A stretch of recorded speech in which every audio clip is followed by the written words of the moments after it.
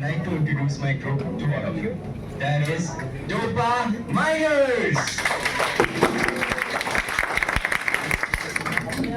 Scene 1। एक medical college के कुछ फर्स्ट ईयर के स्टूडेंट्स काफी परेशान थे डायसेक्शन हॉल से निकलते हुए। क्या भाई आज का क्लास कैसा था? कुछ समझ में आया कि नहीं? मुझे तो कुछ समझ में नहीं आया यार। क्या ही बताएं, इतने बड़े मेडिकल कॉलेज में बताओ कैडेवर नहीं है। बच्चों क्या हो, कैसे परेशान लग रहे हो? कुछ नहीं डॉक्टर साहब, हमारे कॉलेज में कैडेवर नहीं है तो पढ़ाई नहीं हो पा रही। इसकी बात आपको मैम से नहीं करें? हमने ऊपर मैम से बात करी है, एचओडी से भी बात करी, लेकिन वो लोग खुद परेशान है, उन्हें खुद डोनेशन नहीं मिल रहा है। आज के ऐसे टाइम में कोई डोनेट अपनी बॉडी करना ही नहीं चाह रहा है। ये तो बड़े दुख की बात है। जब तक कैडेवर नहीं रहेगा तब तक हम सब अच्छे डॉक्टर बन भी नहीं पाएंगे डॉक्टर साहब। सही बात। सीन 2। अगले दिन गार्ड साहब ये प्रॉब्लम लेकर प्रोफेसर मैम के पास जाते हैं।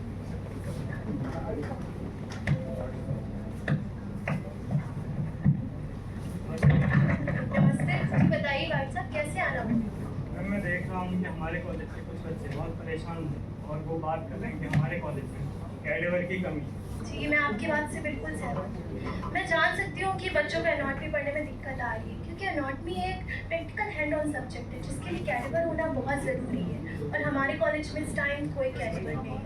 तो मैं हम इसके लिए क्या लावारिस शरीर इस्तेमाल नहीं कर सकते? देखिए गवर्नमेंट के रूल इस टाइम बहुत स्ट्रिक्ट हो चुके हैं।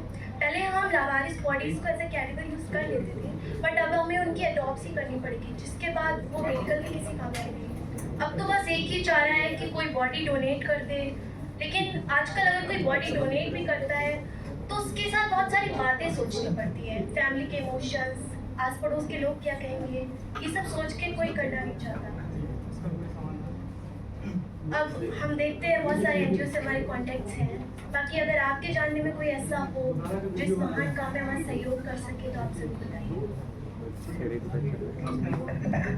सीन 3। मैम से बात करने के बाद जब गार्ड साहब घर जाते हैं तो काफी परेशान रहते हैं।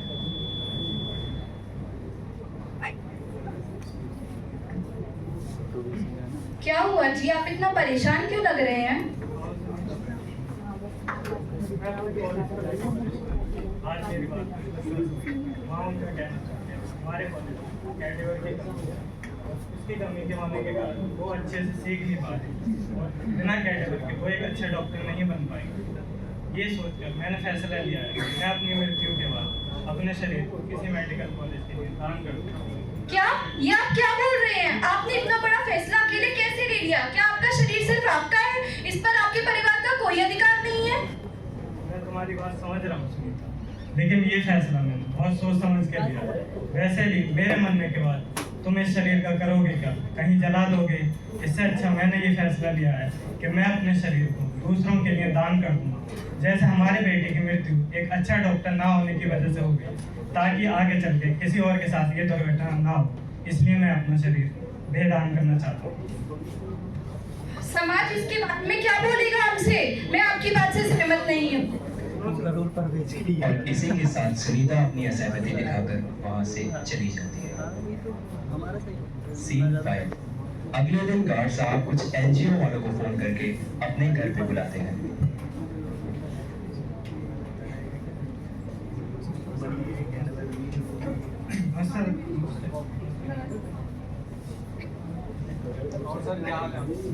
जी सर ठीक है, बस कुछ समय बचा है तो मैंने सोचा कुछ जाते जाते पुण्य का काम करके जाना चाहिए। जी सर, आपकी कुछ हमारे पास इंफॉर्मेशन मिली थी सर। आप अपना मृत्यु के बाद अपनी बॉडी को डोनेट करना चाहते हैं। तो सर हमने काफ़ी सर्वे किए हैं और हमने देखा है कि कुछ मेडिकल कॉलेज में कैडेवर की कमी महसूस की गई है, क्योंकि आजकल कोई अपनी बॉडी को आसानी से डोनेट करना चाहता नहीं है, क्योंकि उसमें बहुत सारे रेस्ट्रिक्शंस होते हैं, फैमिली रेस्ट्रिक्शन होते हैं, धार्मिक रेस्ट्रिक्शन होते हैं। तो सर आपका बहुत अच्छा इनिशिएटिव है ह्यूमन वेलफेयर के लिए और सर बहुत सराहनीय है आपका ये कार्य। मैं भी एक कॉलेज में गार्ड हूँ, मैं देखता हूँ पूरे दिन के बच्चे बहुत परेशान रहते हैं। वहाँ कॉलेज में कैडेवर की कमी है जिसकी वजह से वो अच्छे डॉक्टर नहीं बन पा रहे हैं। तो मैंने फैसला किया है कि मैं अपनी मृत्यु के बाद में अपने शरीर को दान कर दूँगा। जी एग्जैक्टली सर। ठीक है सर, हम अपना डॉक्यूमेंटेशन वगैरह करा देंगे। जी सर, मुझे इतना तो नहीं पता क्या करना हो, लेकिन जो भी काम है आप मुझे बता दीजिए। हम अपना डॉक्यूमेंटेशन कराते हैं ताकि आने वाले जब आप बॉडी डोनेट करें तो कोई परेशानी ना हो पाए आपको। सर इसमें आपका नाम, एज और आपकी सिग्नेचर जरूरत पड़ेगी, और कोई रिलेटिव जो आपका विटनेस बन सके उनके सिग्नेचर चाहिए। सुनीता छोटे, एज ठीक है सर, यहाँ आपकी सिग्नेचर,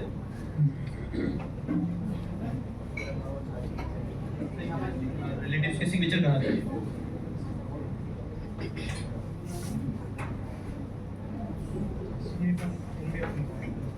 ये साइन मैं नहीं करूंगी। आप अभी भी अपने फैसले पर अड़िग हैं। अरे मैम, सर की बात समझने की कोशिश कीजिए। सर जो बॉडी डोनेट करना चाह रहे हैं वो बहुत अच्छा काम है, उससे बहुत सारे मेडिकल स्टूडेंट्स को बेनिफिट मिलेगा ताकि वो अच्छे डॉक्टर्स बन पाए। ये काम सिर्फ यही क्यों कर रहे हैं? और भी लोग तो कर सकते हैं बॉडी डोनेशन वगैरह। मुझे नहीं पता ये सब। अगर सब लोग यही सोचते रहे तो बॉडी डोनेट करेगा कौन? किसी को तो इसकी शुरुआत करनी पड़ेगी ना। ये तो भैया आप बहुत अच्छा काम कर रहे हैं। ये तो एक नोबल कार्य है, आपको तो इन्हें सपोर्ट करना चाहिए, क्योंकि आपके बेटे की भी डेथ हो गई थी एक बार हॉस्पिटल में अच्छे डॉक्टर ना मिलने की वजह से। तभी सुनीता को याद आता है कि उनके बेटे की डेथ का रीज़न भी यही था, क्योंकि टाइम पे अच्छे डॉक्टर्स नहीं मिल पाते, और यह सोचकर वह साइन कर देती है।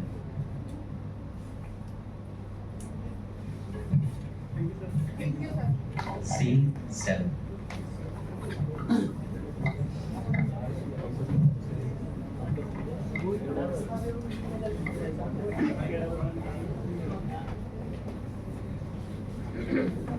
कुछ साल बाद गार्ड साहब की एक सुबह नेचुरल डेथ हो जाती है, और उनका छोटा भाई एनजीओ वालों को कॉल करके सूचित कर देता है।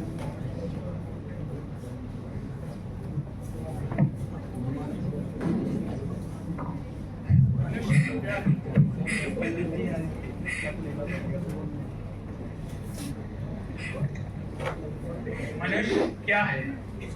जीवन की यात्रा में बस एक मुसाफिर। आत्मा अजर है, अमर है, नश्वर है। आत्मा ना मरती है, ना आत्मा को कोई मार सकता है। भगवत गीता में ही लिखा है, नैनम छिदन्ति शस्त्राणि, नैनम धरती पावका, न चैनम तेन कृत्यापो, न शोषति न मारुका। अर्थात आत्मा को ना काट सकते हैं, जला सकते हैं, ना गिला कर सकते हैं, ना सुखा सकते हैं। आइए अब इनकी आत्मा की शांति के लिए हम शांति मंत्र का उच्चारण करते हैं। ओम दहो शांति अंतरिक्ष शांति, राप शांति, पृथ्वी शांति, रोषधय शांति, शाम शांति रेधि। ओम शांति शांति शांति। चलिए अब इनकी आखिरी यात्रा के लिए प्रस्थान करते हैं। इनका अंतिम संस्कार होने जा रहा है। पंडित जी ने अपनी बॉडी डोनेट की है। देहदान जी। असंभव। मनुष्य को मृत्यु लोक से स्वर्गलोक में जाना ही पड़ता है, और यह देहदान के साथ संभव नहीं है। आप देखिए इन्होंने फॉर्म भरा है, साइन भी करा आपने, इनकी 5 विटनेसेस में। अरे तू बेवकूफ है? हाँ। ऐसे कैसे हो जाएगी? तो बता देना यहाँ क्या चल रहा है? यहाँ अंतिम संस्कार चल रहा है, तो बीच में बाधा डालने आएगा। आप फॉर्म देखिए, इनकी वाइफ से पूछिए। अरे सुनीता, ये सही कह रहा है लंजी वाला, बेवकूफ होगा जो कह रहा कि तेरे रावतार की शरीर को कॉलेज में दान करने के लिए बोल दिए। ऐसे कैसे हो जाएगी? तूने यूं दिनों भी ना सोचो कि क्या कहते हैं, हमारे हिंदू धर्म में एक आत्मा की शांति के लिए अंतिम संस्कार ही एक रास्ता हो गया। और यहाँ को कॉलेज में जब ले जाएंगे तो काटेंगे पीटेंगे और यहाँ तरह की चीजें आगे साथ करेंगे, तो कोई इतना भी ध्यान ना दियो तूने। ये इनकी आखिरी इच्छा थी। अरे बावली, ऐसा ना होता है हमारे हिंदू धर्म में। ऐसा थोड़ा ना होता, पारिवारिक चीजें होती हैं, कुछ ना कुछ हमें परिवार की परंपराएं निभानी पड़ती है। और ये गांव वाले क्या कहेंगे और ये लोग क्या कहेंगे, समाज का क्या थू तो करेंगे हमारे ऊपर। भाई मेरे को ना रहना, या अभिशाप में कुल हमारे पूरे घर पर ही पाप आ जाएगा। मेरे को ना रहना। चल मेरे रावतार की अम्मा चल।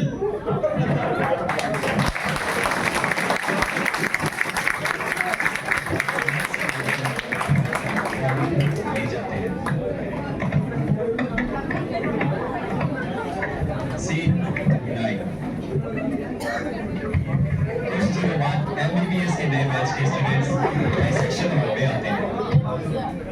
गुड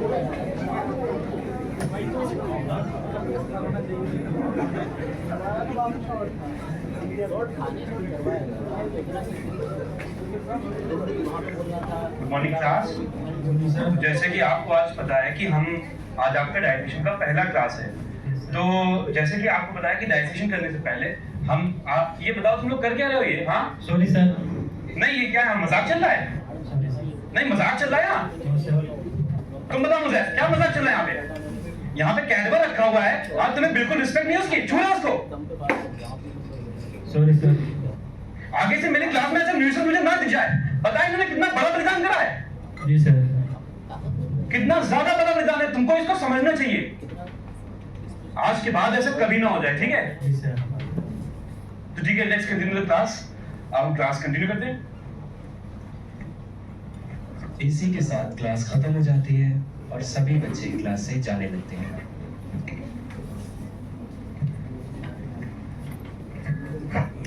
ये टीचर तुम्हें डांट क्यों रहे थे?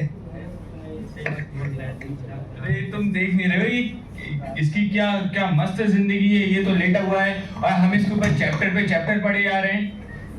ताऊ तो लेट गया भाई मस्त, इस चक्कर में हमको पढ़ना पड़ रहा है। भाई तो कितनी दिक्कतें उठानी पड़ रही है। बच्चों का मजाक उड़ाते देख गार्ड की आत्मा को बहुत बुरा लगता है और वह यह सोचती है कि अनंत काल की निद्रा में शांत जो पड़ा हूं मैं, अनंत काल की निद्रा में शांत जो पड़ा हूं मैं, क्या सोचते हो तुम मरा हूं मैं जीवन से तो गया दुनिया से भी जाऊंगा, मैं जीवन से तो गया दुनिया से भी जाऊंगा, जाते जाते मानव संरचना के रहस्य बता जाऊंगा। जो कुछ है जीते जी मरने के बाद इस शरीर का क्या होता, जो कुछ है जीते जी मरने के बाद इस शरीर का क्या होता, मैं यहाँ ना होता कहीं जमीन के नीचे तो कहीं खाक होता, पर क्या ये मानवता के लिए इंसाफ होता? जीते जी सीखने की और मरने के बाद सिखाने की आस जगा जाऊंगा, जीते जी सीखने की और मरने के बाद सिखाने की आस जगा जाऊंगा, मृत्यु के बाद सब खाक है, कम से कम मानवता के तो काम आऊंगा।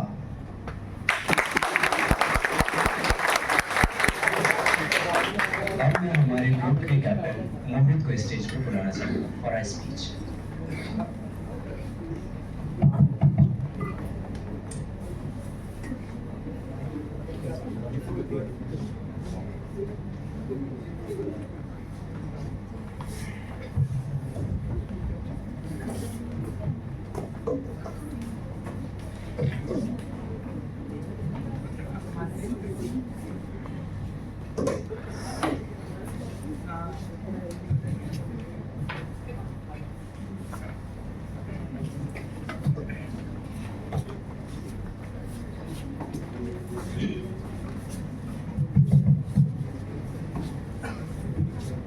Good afternoon all of you. Doctors क्या होते हैं? डॉक्टर भगवान, जिन्हें लोग भगवान का दर्जा देते हैं। बहुत कम प्रोफेशन ऐसे हैं जिन्हें भगवान के बराबर समझा जाता है, जिनमें से एक हमारा यानी हम सब का डॉक्टर्स। दूसरे होते हैं टीचर। आप लोगों ने कभी ना कभी अपनी जिंदगी में जरूर सुना होगा, गुरु ब्रह्मा, गुरु विष्णु, गुरु महेश्वर है, गुरु साक्षात परब्रह्म, तस्मै श्री गुरु देवाय नमः, जिसमें गुरु को ब्रह्मा विष्णु महेश तीनों के समान बताया गया। और एनाटॉमी कहते हैं कि cadaver is our first teacher, वो हमारे पहले टीचर हैं। फर्स्ट जिंदगी में कोई भी चीज़ हम पहली बार एक्सपीरियंस करते हैं वो हमें काफ़ी लंबे टाइम तक याद रहती है, एक मेमोरी होती है, क्योंकि फर्स्ट टाइम वाली चीज़ थोड़ी स्पेशल होती है लाइफ में, जो हमने पहली बार किया है। तो ये हमारे फर्स्ट टीचर हैं। इनफैक्ट यही हमारे फर्स्ट पेशेंट भी हैं, जिन पे हम सब कुछ करना सीखते हैं, जिनकी बॉडी से हम मेडिकल की पढ़ाई सीखते हैं। ये हमारी लाइफ का पूरा बेस बनाते हैं। आप लोगों ने जनरली ऑर्गन डोनेशन के बारे में सुना होगा। ऑर्गन डोनेशन में डोनर ऑर्गन तो डोनेट कर देता है, लेकिन मैक्स टू मैक्स 5 या 6 लोगों की जान बचा पाता है। लेकिन जो इंसान अपना पूरी बॉडी डोनेट कर रहा है, अपने रेफरेंस में अगर बात करें तो कम से कम 100 बच्चे उससे पढ़ेंगे। आफ्टर MBBS वो सब डॉक्टर बनते हैं। ईच डॉक्टर हजारों पेशेंटों का इलाज करता है। एक के बाद ये जीरो ऐसे ही बढ़ते चले जाते हैं और ये नंबर हजारों से कब लाखों हो जाता है पता ही नहीं चलता। मरने के बाद भी वो इंसान लाखों लोगों की जान बचा रहा है, लाखों लोगों की, तो क्या हमारे मन में उसके लिए रिस्पेक्ट नहीं होनी चाहिए? आज सब लोगों ने एक्ट किया है, बहुत बढ़िया एक्ट किया है। हम एक दूसरे को समझाने की कोशिश कर रहे हैं कि कैलिबर की रिस्पेक्ट करो, कैलिबर की रिस्पेक्ट करो। मन में कि यार डेड बॉडी तो है, इसको थोड़ी फील होता है, इसको थोड़ी सुनाई देता है। हम सिर्फ एक डेड बॉडी देख रहे हैं, उसके पीछे का संघर्ष नहीं देख रहे हैं कि वो हम तक कैसे आई है। उस इंसान ने अपने धर्म, परिवार, परंपरा, जाति, समाज सबके खिलाफ जाकर, सबसे लड़ाई कर कर हमें बढ़ाने के लिए अपनी बॉडी डोनेट की है। हम उसका मजाक बनाते हैं। कहने को सब लोग कहते हैं कि रिस्पेक्ट करो, रिस्पेक्ट करो, रिस्पेक्ट करो। कैसे करी जाती है? हमें हमारा एक्ट इसी में था कि हम उसके पीछे के स्ट्रगल को समझें, एक डेड बॉडी न मानकर उसके स्ट्रगल को फील करें और उनके लिए हमारे मन में रिस्पेक्ट हमारे दिल से हो, किसी के प्रेशर में ना। अगर वो हमारे बीच होते, हमारी बात अगर समझ पाते, तो शायद उनके मन में इतना ही होता, वो इतना ही कह पाते कि माना मरा हूं मैं, मेरी मौत का मुकाम क्या है, एक ना एक दिन सबको मरना है, मरे हुए शरीर का अंजाम क्या है। मैंने दुनिया से लड़ाई करी है तुम्हें पढ़ाने को, मैंने दुनिया से लड़ाई करी है तुम्हें पढ़ाने को, तुमने मुझे बातों में बदनाम किया है। लोगों को बाद में समझा लेना अहमियत मेरी, लोगों को बाद में समझा लेना अहमियत मेरी, पहले तुम समझो कि मैंने क्या दान किया है।